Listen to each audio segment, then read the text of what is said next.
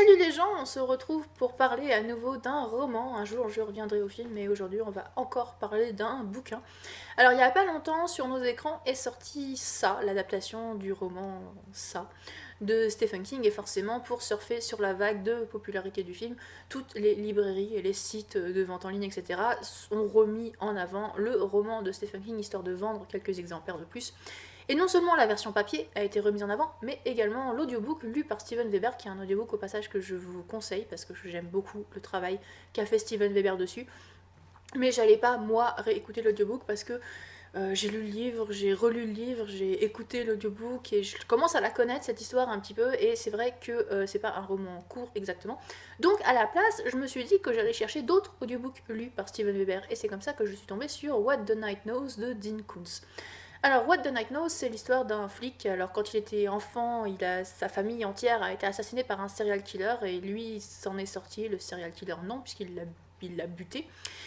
Et des années plus tard, notre protagoniste est devenu policier, il a fondé sa propre famille, sauf que des meurtres inquiétants commencent à avoir lieu, et ils sont surtout inquiétants, bon déjà parce qu'ils sont sanglants, etc., mais surtout parce qu'ils ressemblent énormément au travail du serial killer décédé, avec des détails dont personne est censé être au courant, si bien que notre protagoniste, il commence à flipper non seulement pour lui, mais surtout pour sa famille. Donc pour vous situer rapidement, Dean Koontz, c'est un auteur américain qui est né en 1955 et qui écrit surtout des thrillers noirs, tendant parfois sur l'horreur, mais pas toujours. Il n'a pas écrit que ça, il a aussi écrit pour la jeunesse, il est passé par roman, poésie, nouvelles. Quand on regarde sa bibliographie, on se rend compte que le mec, il a été vachement productif. Moi, c'est vrai que avant What the Night Knows, j'en avais lu que deux. J'avais lu Mémoire truquée, qui a été publié en 1999, et dont j'avais bien aimé la première partie, mais j'avais trouvé la seconde franchement lente. Je m'étais un peu ennuyée. Et j'ai lu Chase, qui est paru en 1972 sous un pseudonyme, et dont j'avais bien aimé la première partie, sauf que la seconde, je l'avais trouvée pour le coup trop courte, trop expédiée, pas assez développée. Mais à chaque fois, j'avais bien aimé les premières parties, il y avait des trucs que j'aimais bien dans ces livres, donc je me suis dit, allez, Steven Weber, c'est parti, Dean Koontz, je te donne une autre chance, What the Night Knows. Et j'ai bien fait parce que j'ai beaucoup aimé cet audiobook. Après, c'est vrai que, désolé Dean Koontz, mais un audiobook, ça peut être fait ou défait par un narrateur selon la qualité de celui-ci. Et enfin, j'attribue 70% de mon appréciation de ce livre au fait que c'était un audiobook, et au fait que c'était un audiobook lu par Steven Weber. En fait, je suis rentrée vraiment tout de suite dedans. C'est-à-dire qu'on commence dans cet hôpital psychiatrique où notre protagoniste rend visite à un enfant qui a été accusé et a reconnu avoir assassiné toute sa famille. Et on a ce dialogue, et tout de suite, c'est assez glauque, c'est assez inquiétant. On sent le truc sous la surface. Et c'est vrai que Steven Weber, il est bon dans le suspense, il est bon dans le glauque, il est bon à donner une voix aux choses mauvaises. C'est pour ça que j'adore son interprétation de Pennywise dans l'audiobook de ça. Et donc tout de suite, je suis rentrée dedans, et sérieusement, c'est un livre qui m'a foutu les boules en fait à certains moments. Alors pas tout le temps, mais j'écoutais ça le soir avant de m'endormir, parce que généralement en fin de soirée mes yeux sont complètement explosés. Et donc j'écoutais ça dans mon lit, la lumière éteinte, et il y a des moments sous la couette, mais j'étais crispée. Notamment, il y a tout un passage avec deux gosses et un miroir, et j'aime pas les miroirs, qui m'a mais tendue. Et alors le pire, c'est que j'avais dit à l'application Audible, bon, au bout de 30 minutes, tu t'arrêtes, parce que sans doute au bout de 30 minutes, je serai endormie, donc me passe pas tout le livre pendant que je dors. Alors déjà, au bout de 30 minutes, clairement, je dormais pas, hein, j'étais bien crispée, et le truc s'est arrêté au milieu d'une phrase hyper tendue, et j'étais... Oh, mais non, la suite, donne-moi la suite. Et en même temps, j'avais peur d'écouter la suite, gros dilemme. Bref, il y a des moments... Enfin voilà, ce livre m'a bien crispée par moments, et donc sur moi, il a été assez efficace. Et après, en fait, en discutant du roman avec des gens de mon entourage qui l'ont lu, je me suis rendu compte que j'avais bien fait sans doute d'écouter l'audiobook, parce qu'il y a trois plaintes qui revenaient souvent.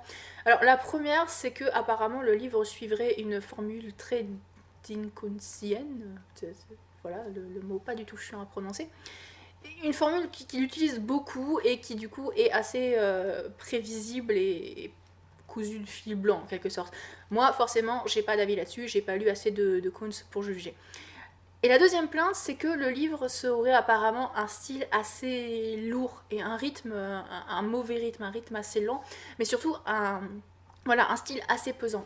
Et le truc, c'est que je m'en suis pas du tout rendu compte parce que écouter un audiobook et lire un livre, c'est pas du tout la même expérience. On a la même histoire, on a les mêmes mots, etc. Mais c'est, enfin, moi quand j'ai pas les mots écrits, j'ai tendance à faire nettement moins attention au style écrit justement. Parce que bah il y a d'autres choses aussi sur lesquelles se concentrer. Il y a l'intonation du narrateur, il y a sa voix, la façon dont le ton qu'il utilise et l'ambiance qu'il pose, etc. Enfin, c'est quand même une expérience différente. Et du coup, j'ai pas fait trop attention au style. J'ai pas, enfin, donc pour moi, ça n'a pas été lourd. Et après, ok, alors niveau rythme, la lenteur, ça m'a pas dérangé parce qu'encore une fois, on n'écoute pas, enfin ça dépend, mais on n'écoute pas nécessairement un audiobook dans les mêmes conditions qu'on lit un livre. Il y a aussi un effort en moins en quelque sorte, je dirais, parce qu'on ne lit pas page après page, etc. Donc c'est vrai que la lenteur, je l'ai moins ressentie. J'ai écouté ça par tranche de 30 minutes, 1 heure, avant de dormir au début, et puis après plus du tout avant de dormir parce que je flippais trop. Donc j'ai pas ressenti de lenteur vraiment. Après c'est vrai qu'il y a quand même deux trucs qui m'ont posé souci au niveau du rythme. La première chose, c'est que la conclusion est extrêmement précipitée. Il y a 90% de build-up et de montée de l'angoisse, pardon, et après on résout tout ça très rapidement de façon honnêtement un peu absurde. Et alors, c'est vrai que moi, en quelque sorte, ça m'arrangeait, c'est pas le mot, mais dans ce genre d'histoire, j'ai toujours tendance à préférer le build-up, la montée de l'angoisse, plutôt que la résolution. Donc, quitte à ce qu'une partie soit plus accélérée que le reste, je préférais que ce soit la conclusion. Maintenant, c'est vrai que tant qu'à faire, si la conclusion avait pu être mieux développée, ça aurait pas fait de mal. Et alors, le deuxième problème de rythme, je vais y revenir, parce qu'en fait, la troisième plainte des gens à qui j'ai parlé, c'est que les personnages sont trop gros, enfin, pas assez nuancés pour être vrais, ils semblent pas humains, et ça, c'est vrai que toute la gloire de Steven Weber n'a pas pu faire grand chose pour ça. Oui, c'est clair que les personnages, c'est pas ce qu'il y a de mieux dans ce roman. Et des deux côtés, en fait. Du côté de l'antagoniste, je dirais que ça m'a parfois moins dérangé, parce que clairement, il est censé incarner le mal. Enfin, c'est l'incarnation du mal, quoi, cet antagoniste. Après, c'est vrai que voilà, bon, je l'ai pas trouvé très intéressant. C'est-à-dire que il est, en tant que présence, il est angoissant, c'est glauque, c'est très bien. Je veux dire, il est menaçant et il fait des dégâts, donc il y a une menace claire et réelle. Et à côté de ça, le livre nous met sous les yeux plusieurs extraits de son journal et nous fait une sorte d'autobiographie. Nous raconte sa vie, comment il est devenu, c'est un serial killer, ce qu'il est devenu. Et ça, je trouvais pas ça très intéressant, et c'est là qu'est mon deuxième souci de rythme, en fait, c'est que tous ces passages de journaux, ça cassait le truc pour moi. J'avais envie de les passer parce que je comprenais pas quel était l'intérêt. Le personnage est pas très nuancé, sérieusement. Une fois qu'on a compris que le mec, il est mauvais, je veux dire, mais vraiment mauvais, c'est bon, il n'y a, enfin, y a pas de nuance vraiment au personnage. Du coup, est-ce que j'ai vraiment besoin de savoir comment il est devenu, comment est-ce qu'il a grandi, dans quelles circonstances, etc. Ça apporte... Alors, il y a quelques détails dont on a besoin. Sinon, ça apportait pas grand-chose à l'intrigue elle-même et à l'action et au niveau de la résolution. Enfin, alors, si le portrait avait été intéressant, ça aurait été intéressant tout simplement, mais là, je voyais pas vraiment l'intérêt. Du coup, c'est vrai que tous ces passages-là, ça cassait un peu le rythme pour moi. Et de l'autre côté, donc, on a parce qu'on a le mal et on a le bien. Alors le bien, c'est pas notre héros. Enfin bon, si il est cool, il est bien et tout, voilà. Il est un peu plus gris, c'est pas le mot, quoi. Mais il a ses failles, il a ses traumatismes surtout, ce qui est compréhensible vu le passé qu'il a. Donc voilà, c'est pas un personnage tout blanc, tout parfait, etc. C'est pas un personnage tout lisse non plus. Je l'ai pas trouvé excessivement intéressant, mais je l'ai trouvé décent en tant que protagoniste. En fait, c'est surtout sa famille qui est l'incarnation du bien, et ça aurait pu passer.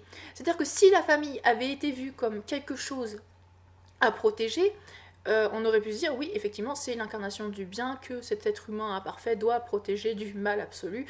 Et ça serait passé, ça aurait été un symbole en quelque sorte. Le problème, c'est que là, la famille, elle n'est pas traitée comme un symbole, parce que les trois gosses et la mère ont chacun leur chapitre, et on revient à leurs histoires. Ils ont des histoires individuelles, ils ont leurs propres axes qui sont développés de leur point de vue à eux. Donc ce sont des personnages, ce sont vraiment des personnages à part entière, mais des personnages qui à aucun moment ne sonnent humains, ils sont vraiment caricaturaux. Le mec, il a la famille parfaite, il a la femme douce, aimante, patiente, toujours là pour le soutenir, les enfants précoces quoi, qui disent des trucs qu'on voit que en fiction, ils sont sages, ils font jamais de bêtises, ils s'entendent bien, ils sont magiques et tout, c'est beau. Mais c'est trop. Et il y a aucun moment ça paraît naturel et du coup ça fait grimacer un peu. Alors par contre les gosses ils sont précoces, mais il y a une des gamines, j'ai pas compris ses réactions. C'est-à-dire qu'elle, elle a devant elle ce miroir qui est flippant, elle voit des ombres dedans qui lui font peur, et à un moment une voix qui dit qu'il va lui faire du mal. Et elle, sa réaction, bon, elle flippe un peu au début, mais après ça, sa réaction c'est Narnia, il y a forcément un prince de l'autre côté. Oui, je vais me lever en pleine nuit et aller voir ce miroir derrière lequel il se cache un être démoniaque et tout. Qu'est-ce que tu fais? Qu'est-ce que tu fais?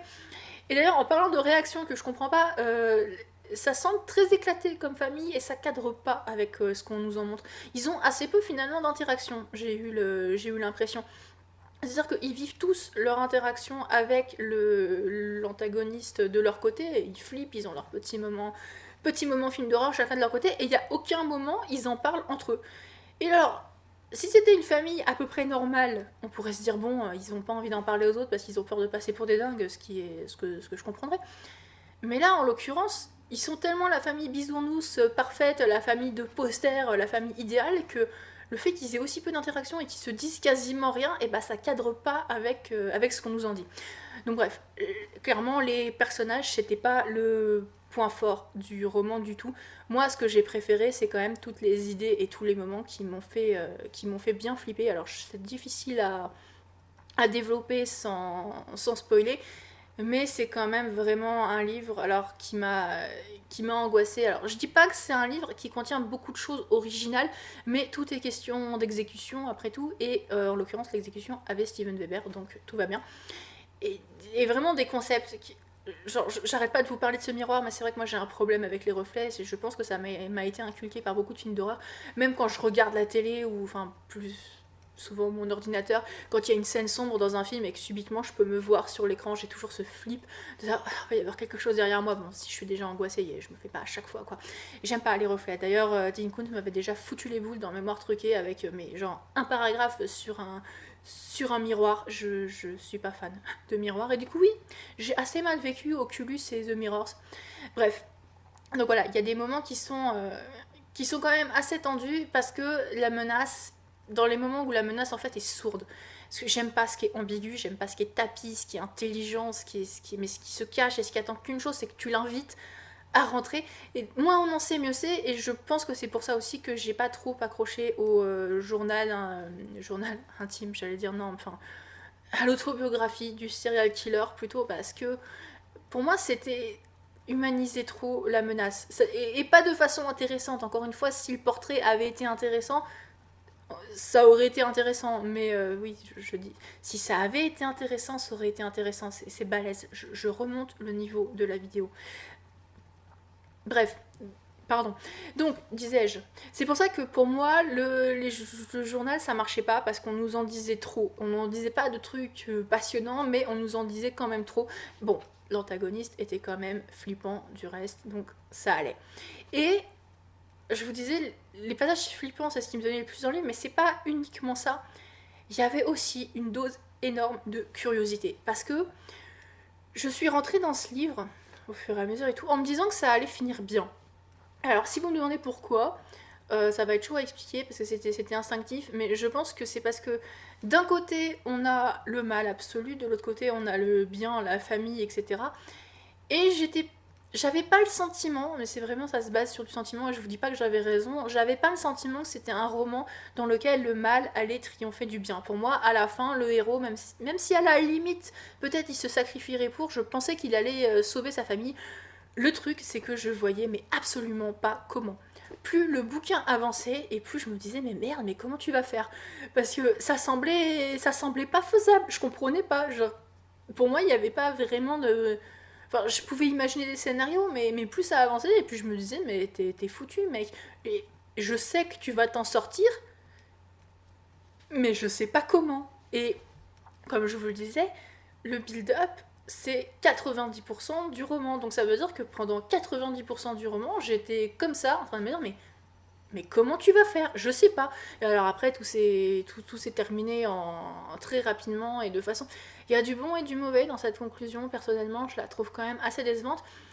Mais le fait est que pendant 90% du roman, j'étais accrochée à ma couette, mon siège, selon où j'écoutais, en train de me dire, mais mec, mais comment tu vas t'en sortir?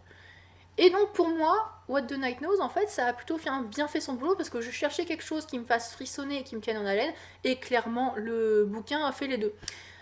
Alors après, est-ce que je vous conseillerais le livre? Oui et non. C'est-à-dire que, effectivement, écouter un audiobook et lire un livre, c'est pas du tout la même expérience.